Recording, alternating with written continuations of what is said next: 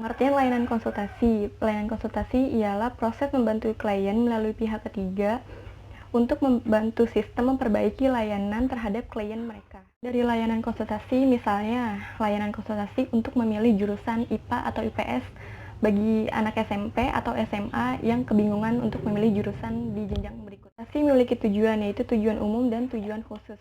Layanan konsultasi ialah agar dengan konsultasi tersebut, klien dapat memahami dengan kemampuannya tersendiri mengenai permasalahan yang dialami oleh pihak ketiga tersebut.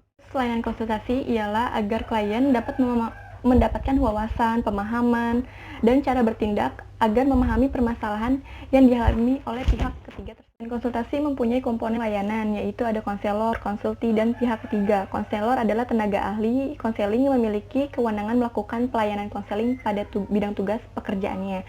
Konsulti ialah individu yang meminta bantuan kepada konselor. Pihak ketiga adalah individu yang kondisi atau permasalahannya dipersoalkan oleh konsultan. Layanan konsultasi mempunyai komponen layanan, yaitu konselor, konsulti, dan pihak ketiga. Contohnya, apabila peserta didik dan orang tua bingung untuk menentukan jurusan IPA dan IPS untuk ke jenjang selanjutnya, maka konselor akan memberikan pemahaman dan wawasan kepada peserta didik dan orang tua guna memberikan informasi terkait permasalahannya tersebut. Dan etika dasar konseling layanan konsultasi, yaitu kerahasiaan, kemandirian, dan kesukarelaan. Etika dasar konseling yaitu kerahasiaan, kesukarelaan, dan keputusan. Dan dalam hal ini, data atau keterangan yang diberikan oleh klien tidak dapat diketahui oleh orang banyak tanpa seizin klien tersebut. Kesukarelaan dalam hal ini, klien diminta untuk berterus terang mengenai permasalahan yang dihadapinya kepada konselor. Dalam hal ini, klien tidak ada paksaan dari pihak manapun atau pengaruh dari pihak manapun. Kemandirian. Konsulti benar-benar mandiri dengan keputusannya sesuai dengan etika dasar konseling tadi sebelumnya. Keputusan klien diminta mandiri dalam arti memikirkan dan memilih sendiri keputusan yang telah diambilnya tersebut tanpa pengaruh dan paksaan dari pihak manapun. Asas-asas lainnya yaitu asas kegiatan, keterpaduan, kedinamisan, kekinian, kenormatifan, tuturi handayani, alih tangan kasus yang mendukung proses layanan konsultasi tersebut. Layanan konsultasi berbeda dengan layanan konseling. Meskipun kedua layanan ini mempunyai unsur kesamaan seperti sama-sama memerlukan kondisi yang kondusif, model hubungan pada layanan konsultasi lebih bersifat segitiga, yaitu konselor, orang tua, guru, dan konseli, yaitu triagic model.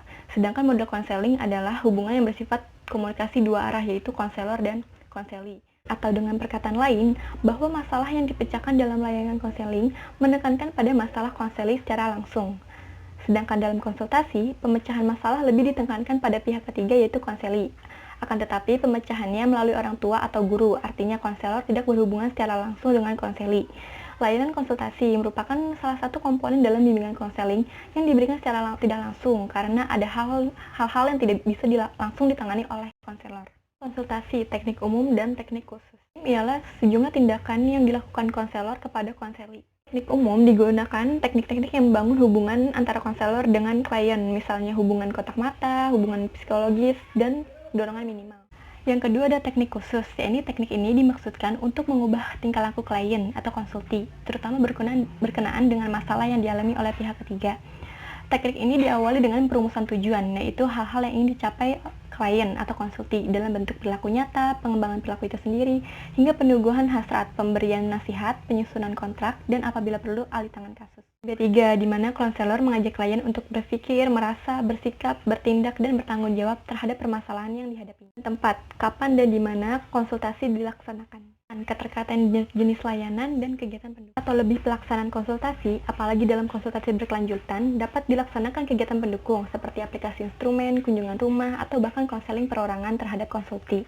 Dalam kegiatan seperti ini, konsultan adalah tenaga profesional yang terlebih dahulu harus menguasai pendekatan dengan teknik-teknik konseling perorangan. Ada dua atau lebih pelaksanaan konsultasi, apalagi dalam konsultasi berkelanjutan, dapat dilaksanakan kegiatan pendukung seperti aplikasi instrumen, kunjungan rumah, atau bahkan konseling perorangan terhadap konsultan. Kegiatan pendukung.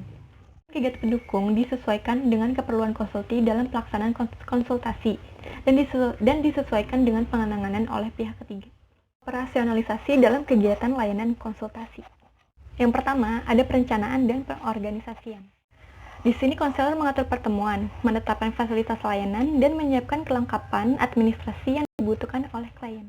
Kedua, ada pelaksanaan. Menerima konsultasi, melakukan penstrukturan konsultasi, dan membahas masalah yang dibawa konsulti berkenaan dengan pihak ketiga. Ketiga, ada penilaian. Sangat berguna untuk mempertimbangkan upaya tindak lanjut berkenaan dengan penanganan masalah pihak ketiga.